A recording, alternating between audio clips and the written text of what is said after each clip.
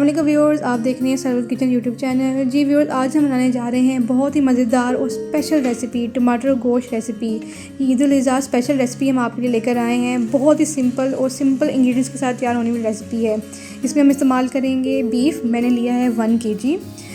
बड़ा गोश्त मैंने लिया है। उसके साथ लिया है हमने टमाटर, हाफ़ kg मैंने टमाटर लिए हैं और टमाटरों को मैंने राउंड कट्स में कट कर लिया है। आप भी टमाटरों को से राउंड कट में कट कर लीजिए। और इसमें हम ज़्यादातर टमाटर ही ऐड करेंगे। इसमें हम किसी किस्म का प्याज इस्तेमाल नहीं करेंगे। इसके साथ हम कुछ इसमें मसाले ऐड करेंगे और मैंने लिस्ट डाउन कर दी हैं, आप प्लीज़ काइंडली इसको देख लीजिएगा। नेक्स्ट हम इसमें ऐड करेंगे जो मोस्ट इंपॉर्टेंट इंग्रेडिएंट है वो है गार्लिक मैंने 8 जवों को चॉप करके रख लिया है। अब टमाटर गोश्त बनाने के लिए हमने पैन में 1/2 कप ऑयल लिया है। अब आप ऑयल को गर्म होने दीजिए। जैसे ही ऑयल ठीक से गर्म हो जाएगा, आप इसमें गोश्त को डाल के अच्छी तरीके से फ्राई करें। टमाटर गोश्त में हम गोश्त को बहुत अच्छे तरीके से फ्राई करेंगे। इसका मेन पार्ट यही है कि इसके टेस्ट जो है वो गोश्त को जितना अच्छा फ्राई करेंगे उतना ही ज़्यादा इसका अच्छा टेस्ट आएगा। क्योंकि हमने इसमें ना किसी किस्म का दही ऐड करना है और ना ही हमने इसमें किसी किस्म का प्याज ऐड करना है। ये सिंपल टमाटर और कुछ मसालों के साथ बहुत अच्छा टमाटर गोश्त तैयार होगा। हम अच्छी तरीके से गोश्त को ऑयल में भूनते जाएंगे।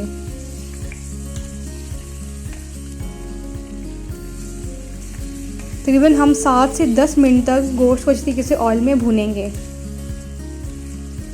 आप तब तक भूनें जब तक इसका थोड़ा बहुत कलर जो है वो चेंज हो जाए। तो देखें, गोश्त पहले पिंक था, अब वो थोड़ा सा लाइट ब्राउन शेड में आ गया है।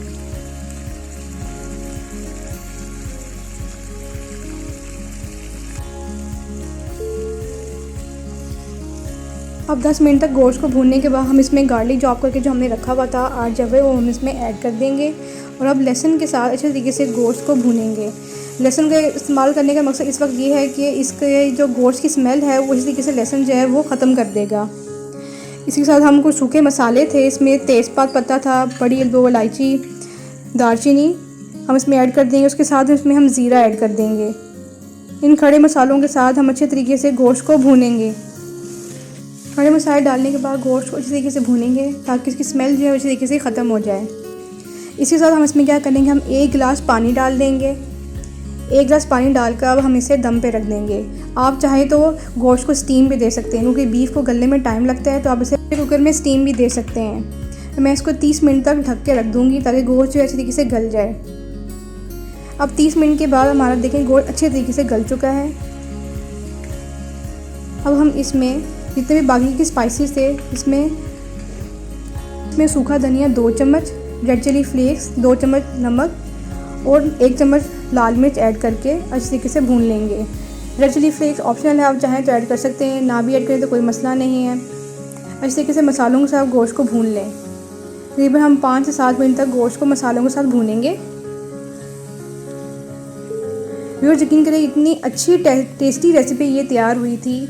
आप भी इसको घर में ट्राई कीजिएगा ज़रूर। अब हम इसमें शामिल करेंगे अदरक, मैंने काट के रखा हुआ था, अदरक इसमें शामिल कर देंगे। और इसमें कुछ हरी मिर्चें मैंने काट के रखी हुई थी, वो भी इसमें ऐड कर देंगे। अब अदरक और हरी मिर्च के साथ हम गोश्त को इस तरीके से भूनेंगे। जब आप ये रेसिपी बनाएंगे ना, तो इंशाल्लाह आप बट कढ़ाई और शनवारी कढ़ाई भूल जाएंगे। अब इसमें ऐड करेंगे टमाटर। जो आधा किलो टमाटर हमने काट के रखे हुए थे गोल गोल, वो हम इसमें ऐड कर देंगे। अब अच्छे तरीके से गोश्त को टमाटरों के साथ मिक्स करेंगे। हम इसमें दही का इस्तेमाल नहीं करेंगे। दही का इस्तेमाल हम इसलिए नहीं करेंगे क्योंकि टमाटर हैं वो अपना पानी वैसे ही छोड़ेंगे, तो हमें इसमें और मज़ीद दही ऐड करने की ज़रूरत नहीं है। इस तरीके से टमाटर को गोश्त में ऐड करें और मिक्स करें। तकरीबन 7 से 5 मिनट तक आप टमाटर को गोश्त के साथ कुक करें। अब 5 मिनट तक दम पे रख दें। 5 मिनट के बाद फिर से गोश्त को मिक्स कीजिए अच्छी तरीके से, ताकि टमाटर जो है अच्छी तरीके से गोश्त के साथ मिक्सअप हो जाएं। आप चाहें तो टमाटर को खड़ा भी रख सकते हैं। हमें थोड़ा सा ज़्यादा डिज़ोल्व टमाटो ज़्यादा अच्छे लगते हैं, तो मैं इसको थोड़ा सा और गलाऊंगी। अब मैं इस स्टेज पे ऐड करूंगी लेमन मैंने तकरीबन 3 टेबलस्पून इसमें लेमन ऐड किया है। आप चाहें तो विनेगर भी ऐड कर सकते हैं। और लेमन ऐड करने के बाद अच्छी तरीके से गोश्त को मिक्स कीजिए। हमारा गोश्त जो है तकरीबन तैयार है हमारी डिश। अब हम इसमें फाइनली गरम मसाला ऐड करेंगे एज़ रिक्वायर्ड, आपकी मर्ज़ी है। जी व्यूअर्स, हमारा टमाटर गोश्त बिल्कुल तैयार है। अब हम इससे गार्निश करेंगे। मैंने कुछ अदरक काट के रखा हुआ था, उसे गार्निश कीजिए और ग्रीन चिलीज़ के साथ गार्निश करें और सर्व कीजिए।